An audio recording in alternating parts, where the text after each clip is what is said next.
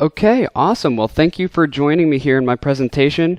We're going to dig a little bit deeper into the things that we talked about in my video. And so let's go ahead and get started right away. Facebook advertising for $1 a day. Again, this is what I learned from Dennis Yu in his presentation, and I'm just going to pass on what I learned from him to you so that you can get these strategies implemented right away. Okay, so here we go. So the first thing you need to understand is that you're actually misunderstanding Facebook. And so Facebook in its truest form is not a social media platform, and it is instead a database. So behind Facebook, behind the user experience, is a database that relates a bunch of objects together and understands how they all interact. And so on a user-by-user basis, it understands what music you like, what sports you like, what your income is, where you live, do you have kids, who are your friends, what do your friends like, what do you do on the weekends, do you have a favorite band? Really, we're just kind of scratching the surface here. Facebook knows everything about you, and it knows everything about everyone who has a Facebook profile. And so this might come as a bit of a startling fact to you, but it's okay, and actually with this knowledge there comes tremendous opportunity. And the opportunity is that you can target the individual and create micro-inceptions of authority and value. And so the term micro-inceptions, this is something that Dennis coined, and what it means is you slowly give people these ideas that they hold on to in their brain, right? So your brain trains itself over the period of, a period of time, and it learns how to associate different things with each other. And so you have a piece of content that you shared. Let's say you're in marketing. And you have a piece of content that you shared on Facebook, and it links to, an AMA page. And on this AMA page, you're interviewing someone, and it's someone high up, someone who knows what they're doing, and all of a sudden they relate you and your business with the American Marketing Association and this marketing expert, and so now they're associating authority and know-how with your business. And so that comes along with value, and we'll get more into value later, but creating these micro-inceptions as people slowly start to train their brain to understand your brand and know more about it without really even taking any conscious action to do so. So there are three things that you're going to want to create, sort of laying the foundation for your successful Facebook marketing campaign. And so these three things we already touched on: authority, value, and your story. And these are things that I mentioned in my video, and these really are the three keys. So let's talk about authority. So creating authority, you want to promote from without and not within. And so what I mean by this is the more it seems like, okay, let's take it from the customer's point of view. The more it seems like you're selling, the less they want to buy, right? So you walk into a car dealership and let's just say instead of, introducing themselves and, can I help you? What are you looking for today? They just walk up. Hey, our best deal is, this new Honda Civic that we got over here. We have it in blue. You should buy it right now. Buy it right now. That's overbearing. So what you want to do is you're going to promote, but you're going to promote from places that aren't your website and that aren't your profile, and you're going to create this presence around all of the internet, and it's all going to point back to your business and your Facebook page, and it's going to make you look like an expert, and you're going to be able to sell your stuff without really ever it appearing that you're doing so. And so when you're choosing these high authority sources to link your stuff on, I mentioned the AMA, there's Entrepreneur Magazine, Forbes is a top authority news outlet. I'm not saying that you need to be featured in Forbes, but for every industry there are also these smaller articles, smaller publications that carry a lot of weight, and so they're out there, and you should definitely look up what they are in your industry if you don't already know. And so this is where your audience is listening, right? So who's your target? Where are they listening? Where's their attention? And attention is a big thing, and I want to talk about that for a moment. I mentioned Gary Vaynerchuk, he CEO of VaynerMedia. he likes to talk about where are people's attention, right? He doesn't want to advertise on radio because people change. People change, when a commercial comes on, they change the station. And that's, even if they have radio. But people aren't even looking at billboards anymore, right? People are texting and driving. It's increasingly dangerous to drive on the roads because people are buried in their phones. It's almost worse than drunk driving. And so, not to get caught in the details, but where is your audience listening? What are they reading? How do they consume their information? You need to understand this about your audience so that you can pick the right high authority sources to link to,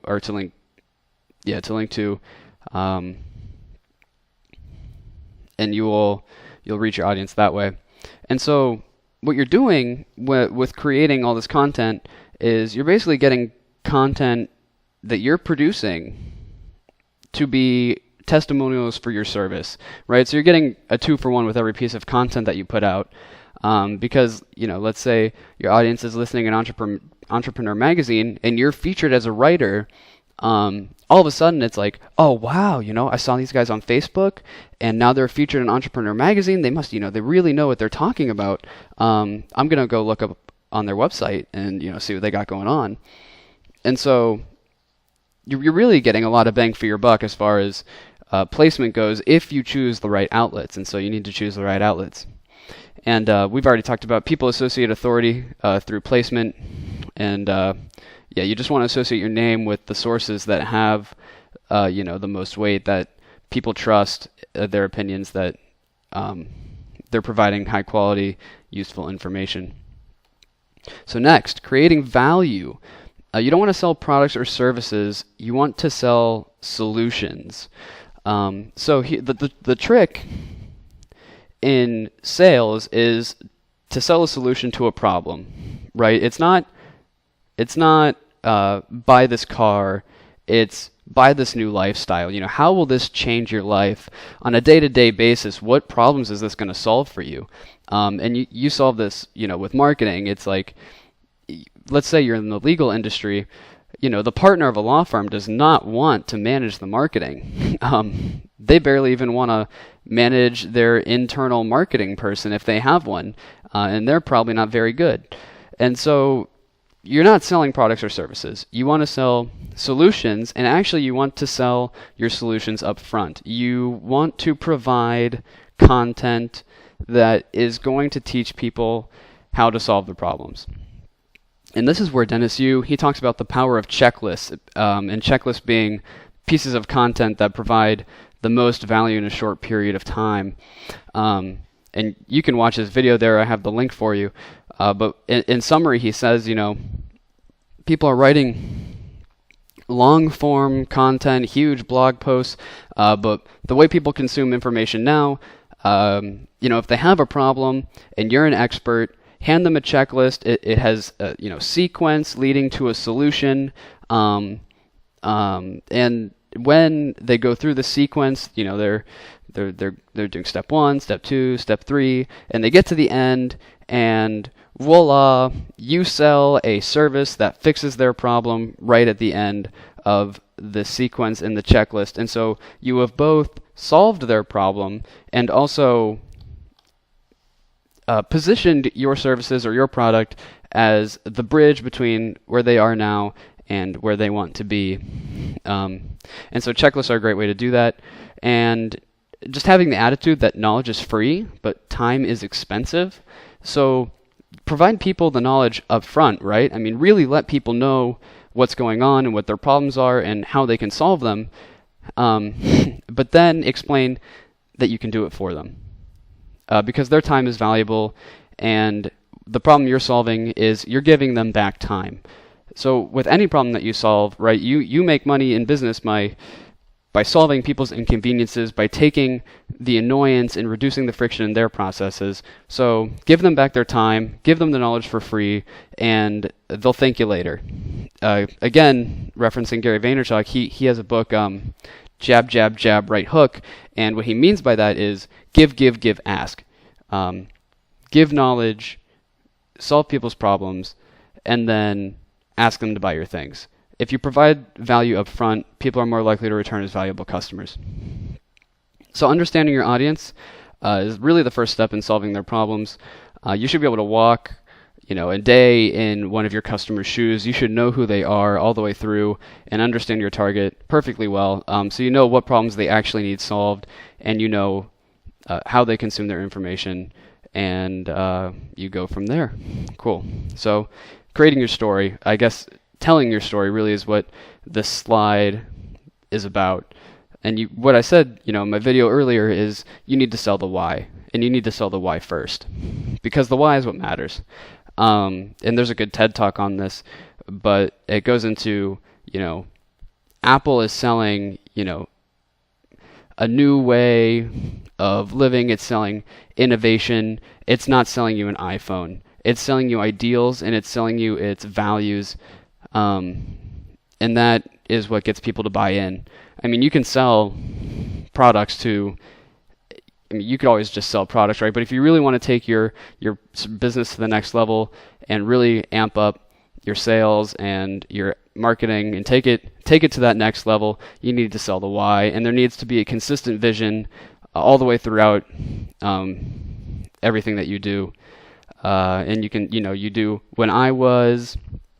if you're a lifestyle coach, when I was your age, when I was just starting out, and then, you get into, I believe that if you work hard, I believe, if you find a mentor, you do these things, and then I am here, what am I now? Tell your story. These are good ways of telling your story, and it's good for people to latch on, because what people understand is, beginning to end, a story that relates to them. And that really is what the why comes back to being. So in doing this, you're going to connect emotionally with your audience. An emotional connection ranks far and above functional practicality. If you can connect with people emotionally, they are far more likely to remember your brand and remember who you are. When you're selling most efficient car on the market, or best kitchen pan, these things are not what people latch onto. So you want to do everything with a purpose, and you want to bring it all back to your an emotional core, and tell your story and lead with the why. So utilizing Facebook to do these things. So you're going to target your niche audiences through micro moments, and micro moments is basically a way of saying that people nowadays have really short attention spans, and they're only going to pay attention to your content for maybe 30 seconds. If you're lucky, a minute. You're rarely going to get more than a couple minutes at most. And so these are micro moments that they just pick up and they experience throughout their day. And you got to communicate as much as possible in a short period of time that you have. So when you're targeting your niche audiences through these micro moments, understanding them is going to be key, but also building your audiences for your posts based on where their attention is, right? So different platforms, people interact with different ways. Facebook, people get their news from there, or Twitter's different, Snapchat's different, YouTube is different. Everyone is interacting with these platforms in different ways, right? And so Facebook is a hub for viral content, and so you want to lead with something that's really going to catch them. You need a hook right in the first few seconds of your video, and then you need to keep them on the video for long enough for you to get your message across. And that will be correctly providing these micro moments to your audiences. So what you do, you go on, you build your audiences based on the interests or demographics. Facebook targeting is infinite, and so you target down to your audience and you do what makes the most sense. I don't want to get into the details of that right now. We could talk for days about targeting, but you're going to boost your post for 7 to 10 days so that it's relevant content always within the week for $1 a day, and this is enough that they will see it. And what you want to do, because this is so cheap, you want to be like a mad scientist, right? You want to try like 10, 20 different Facebook ads, and you want to do everything a little bit different to see what works. And then when you find something that works, double down. Now you know what people are looking for. You know what they relate to. So double down on your marketing efforts and really buy into that one strategy. But starting off, do everything. You never know. Just be creative. Because it's so cheap, it almost doesn't matter. It's cheaper than anything else that you could throw your money into. But when you find what works, you double down, and then people really connect with it. And that's when you start to really reap the benefits and scale up your marketing. So to start, when you're building your audiences, you want to target the obvious people and reach the influencers. So, Tony Robbins, he's a lifestyle coach, but he just came out with a book on investing in seven steps to financial freedom. So if someone is interested in investing, you might target people. If your target market, if the people you're trying to reach, your audience, are people who are interested in investing, maybe you have a service that is helping people with their finances. You could target fans of Tony Robbins, or maybe even target fans of his book, and you can target that to the people that matter. And what I mean by the influencers here at the end of that bullet, if you're business to business, you don't want to target mid-level employees. Mid-level employees are not the decision makers. They are the people that want to have their job protected. They just want to make their managers happy, make their directors happy. So you want to do, if you're in business to business, if you're marketing, if you're in business law, if you're doing these things, you want to target the executives, right? You want to target the vice presidents. You want to target the directors, the C-level executives, because they're the people that are going to make the decisions. And you can do this, and you can do this very, very cheap using the $1 a day method when you target your audiences correctly. Okay, so the benefits of Facebook, one of the reasons it's so effective in individual marketing is you target through if-then funnels. So for an example here, if Joe watches video X for 30 seconds or more, then show him video Y, otherwise show him video Z. So let's talk about Warby Parker. Warby Parker is an online sunglass and prescription glass sales retailer, and so they have fairly expensive glasses, and they're hot and they're popular in the market. So Joe is looking for sunglasses, and he gets on Warby Parker's site or Facebook and watches a video for 35 seconds. He gets what he needs, and then the next time he gets on Facebook, he sees another promo video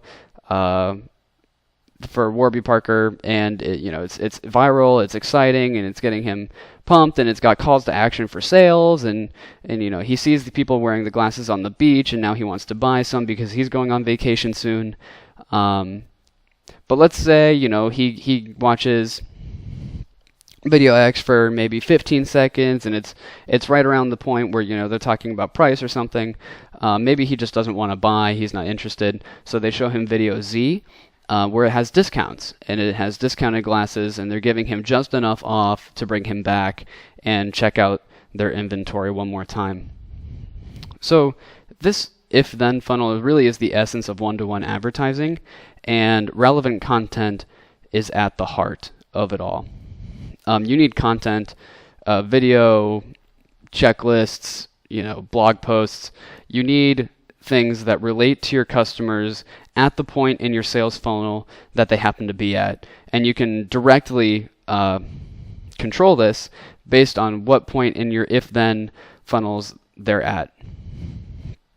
So the only thing you need for your Facebook ads to be successful is a Facebook page and a phone number. Really just because you need a place to run your ads, and then you need a way for people to contact your business. And so when you have a Facebook page, you can run ads, you can promote your business, and then you just put the call to action to call this phone number and get them set up. And so that's really all you need to get started. And if you do this correctly, you can obviously have more than just a phone number, but if you do Facebook with the right calls to action, if you post enough, you build your audience out, you can bypass your website, and you're reducing the friction to purchase. And actually, when you think about it, and Dennis talked about this in his presentation as well, there's no reason for someone to have to go to your website to become a customer or to become a client. You can do it straight from Facebook and reduce the friction. Don't give them additional chances to opt out of your services. Convert them as a customer right then and there off your Facebook page or from their newsfeed. So you can use actually what you already have to get started. Everyone has content and everyone has their best content. So what are your greatest hits? What are the things that are bringing you the most success? And what are your top 3 things? You could have your top 3 best performing content pieces, your top 3 most popular products, top 3 most attended events, or your top 3 best supporters. These are all things to think about when you're trying to think about what you already have and how to utilize that in your Facebook campaigns. Because what's most important is really where are you getting the most traffic and conversions. So, do you have a supporter, or maybe you have someone that you kind of partner with to put out content? Are you getting a lot of referral traffic from their site? Do you ever do events, or do you host webinars that do well? If you're in e-commerce, do you have a product that people like to buy more than others? Do you have best performing content pieces on your site in analytics? So you can use these things, and once you find out what your best things are, what your greatest hits are, you just use these things and you link to them in your Facebook profile, and then you already have you're optimizing for conversions based on what you've already done, and then you build out the rest of your content sort of surrounding these things and taking the best aspects of all these content pieces and unifying them in your campaign. So some pitfalls to watch out for when you're getting into all of this. Remember that when we're talking about authority, we're talking about promoting from without, not within. And so it's not beating your own chest. You want to essentially promote without promoting and target the influencers. And then Gary Vaynerchuk's philosophy and Dennis Yu's philosophy: give, ask. Solve problems, don't sell services or products. And your story is your why. Seek to create an emotional connection versus advertising practical function. It's unlikely, really, that someone's going to buy the first time they see your things. And maybe you aren't just a one-off. You partner with us. We have services. If you're an e-commerce site, if you're a big brand, if you're a local brand, you want people to remember you for your why and your story. And you're going to build this relationship up. You're going to build this association in your customers' brains over time by creating this emotional connection versus advertising practical use. So test what works and then double down. Remember that this is cheap. It's cheap to do, and you can run a lot of ads at once, and you can find out what works.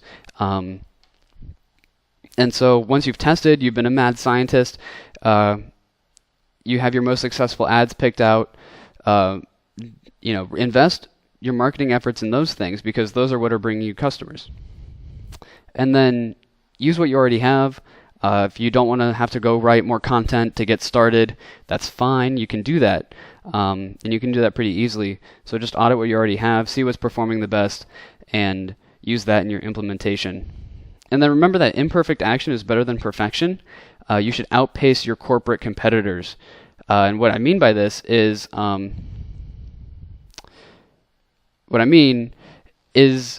if you're a small company and you're in an industry, pretty much any industry, there's always going to be, the giant that's the corporate monster that takes the millions and millions in business, that everyone is sort of getting their local markets around them.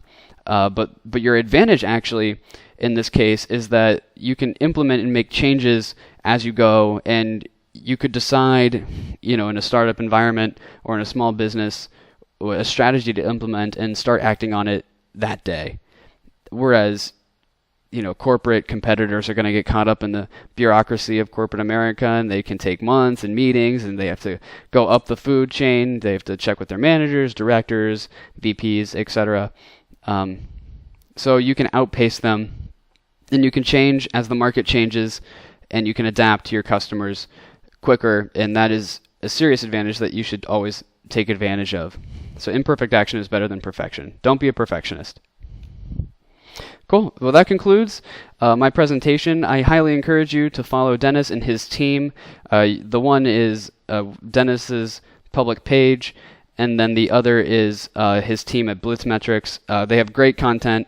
Definitely check them out. Thank you for listening, and I'll be publishing more content soon.